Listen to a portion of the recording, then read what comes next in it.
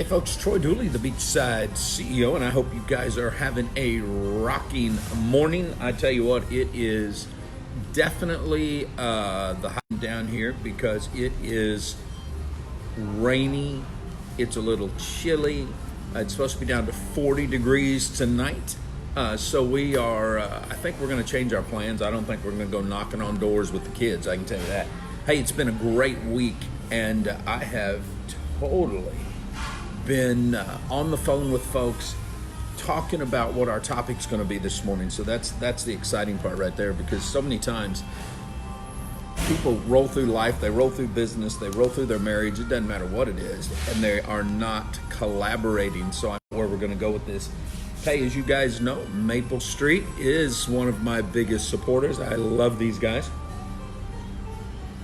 Literally try to be here 3-4 times a week, just because I love their atmosphere. I love watching the community that they have built internally, and it's all about collaboration. That's why I'm bringing them up. Also want to bring up the Social Networking Association. We have a board meeting today.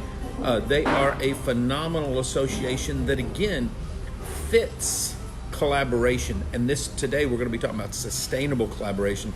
But when you can bring people together that are company owners, they are supporters, vendors, strategic partners, and independent distributors in the direct sales, social media, affiliate marketing world. You bring them people all together and they start working together. That's collaboration. I love that when we see it. So I tell you what, just rock solid people. Love what they do. Today I wanted to look at the 6 steps to sustainable collaboration. And let me say that my supporters and sponsors may not agree with my opinions and views. That is something that we decide. But today I think everyone can agree that if you're going to build anything, whether it's a brick and mortar business, whether it's a big sales organization in real estate, insurance, direct sales, doesn't matter what it is, you have to have collaboration. You need collaboration within the corporate offices.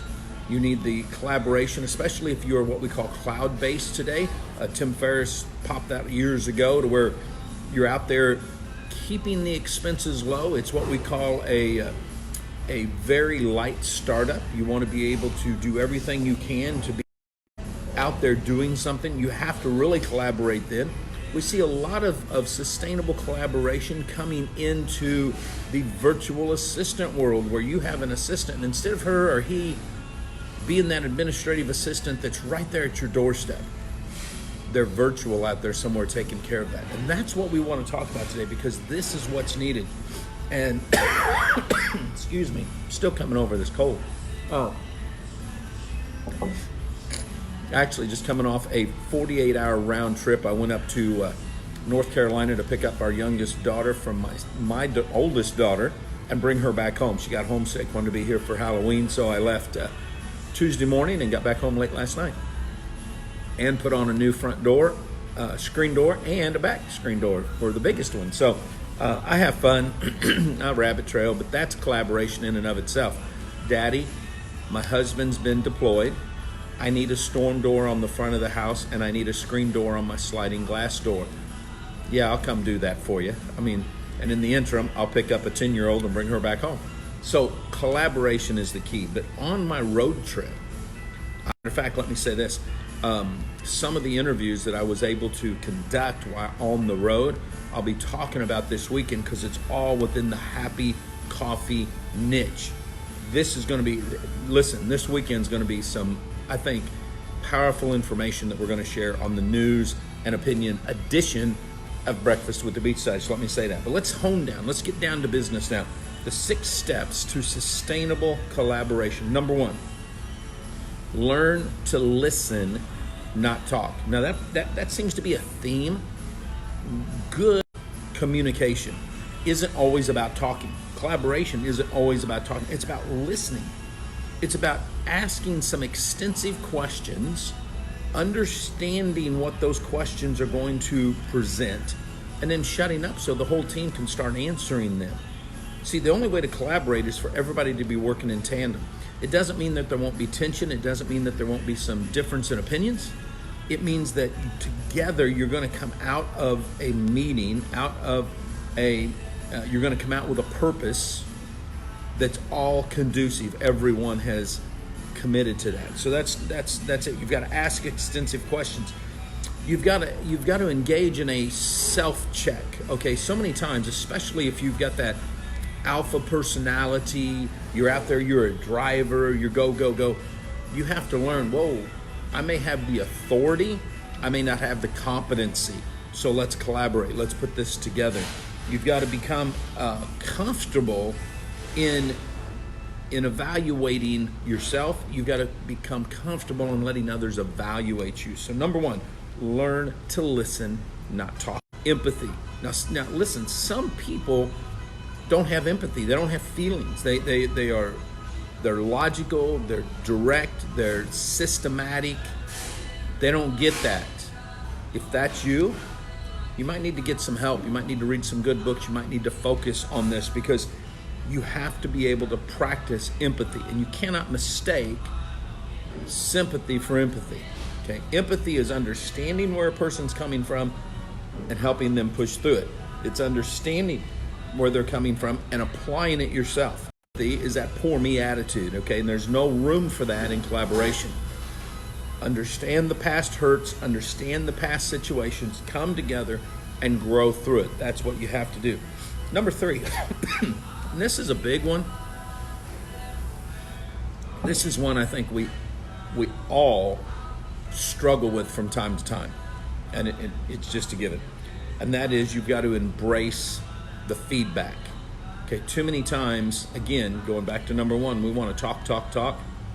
We need to listen. We need to take that feedback in. And then as a team, as that collaborating team, whether you're at the C-level, whether you're mid-level, whether you're at the very bottom, whether you're an independent out in the middle doing your own thing because you're in an industry like that, you've got to be able to discuss that feedback. How does that apply to the overall team? How does that apply to everything that we're trying to accomplish? Those are the keys here. You also have to make that feedback very direct. Okay, don't be pussyfooting around, beating around the bush. Be direct with the feedback, and critical. Stay away from the negative crap. You don't have time for that. But there are going to be some critical areas where you guys got to hone in. You've got to look at that. You've got to know what you're doing. And again, you've got to listen to it. Now, here's something else that I think we need to do when we're looking at embracing feedback. Sometimes when you can tell that the tension's rising, when you can tell that there's some major differences in where the team sees the vision, bring in some outside coaches, bring in some outside people who can listen, they focus, they understand what you're going to get their opinion so that you can help bring the team together. Okay, this is important when you're focusing this forward. Too many times we try to handle this on our own. I don't care if it's marriage, I don't care if it's parenting, I don't care if it's business. Every successful person that I know has a group of advisors, coaches, mentors, whatever you want to call them, around them constantly. If they're successful in finance, if they're successful in their spiritual life, if they're successful in marriage, whatever the case is, they have gone out there to get the best that they can get. That is huge. That is a big one. Number 4, you've got to learn to lead and follow. Learn to lead and follow. This goes back to something I said earlier on. Just because you have the authority doesn't mean you have the competency.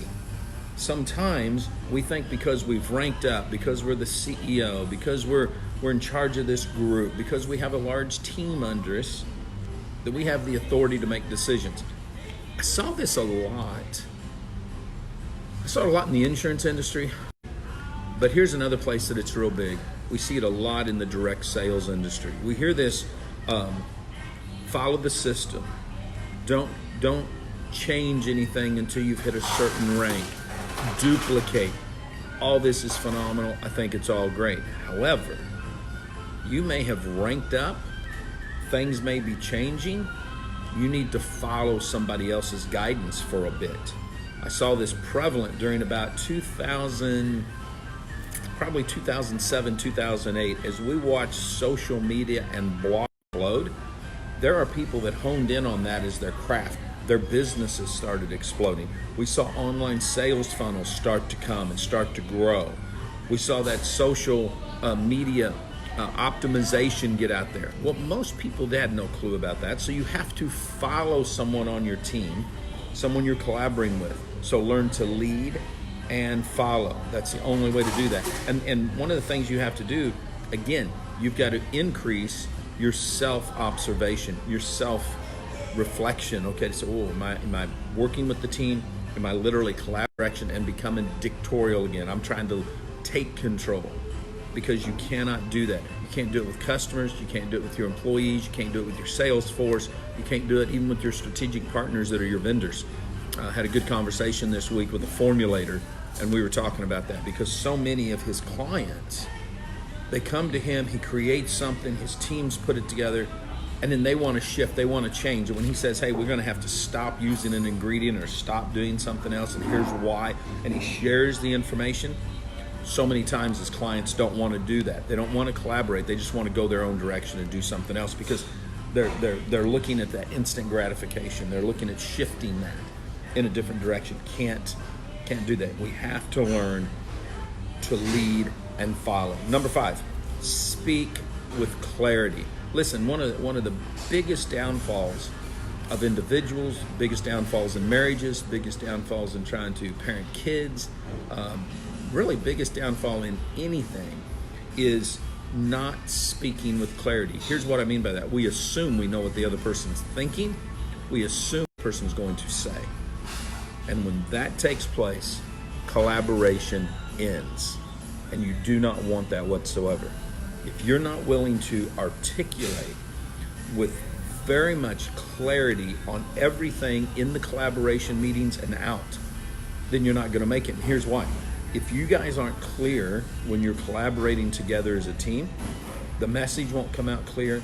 The customers, the clients, whatever you guys call them, will not understand them. Your sales force won't understand them, and you get spun out of control. When we were in the Corps, if we had led, was able to take the next objective, we wouldn't been able to fulfill the mission. You have to have clarity. Clarity doesn't mean that in the process you're not going to shift and go a different direction. I was with clients last week at Cafe 180. We brought in Plain Joe, which is one of the best design teams. And I don't mean design teams as in just architectural. I mean in completing the whole setting, the experience, understanding the story, know what you're doing. They've worked with, Disney and giant corporations like that. As we were sitting there of what it was that was trying to be accomplished, they were able to collaborate with us and give us a clear message. That's the key here. You have to be able to do that clear. Distractions suck. They just don't work. Number 6, always be looking for the win. Okay, this isn't a win just for you. This is what is the win where we can all accomplish what we've gone out to do. Now, if this is business, the win has to be what's going to work for the customer, what's going to work for the client, what's going to work for our employees, what's going to work for our sales, what's going to work for all of our vendors and our suppliers, what's going to work for shareholders' value. This is a key, because if you cannot create a clear message that's a win all the way across the board, then you're still going to have that tension. You're still not going to have the collaboration that you're looking for.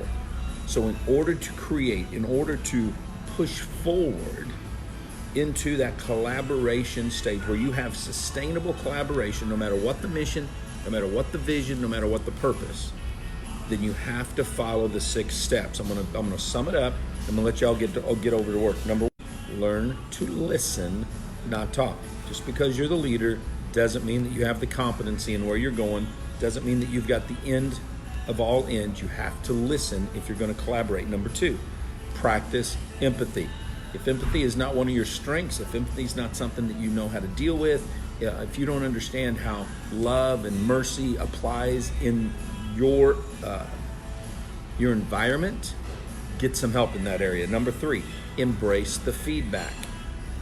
In the government, they call that whistleblowing, I guess. Saying is listen to the people that you're serving, listen to the people that you're leading.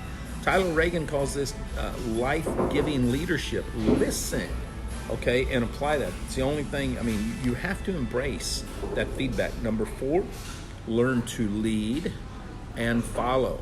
Just because you've ranked up, just because you have a title, doesn't mean you know how to lead. So learn to lead and follow. Number 5, speak with clarity.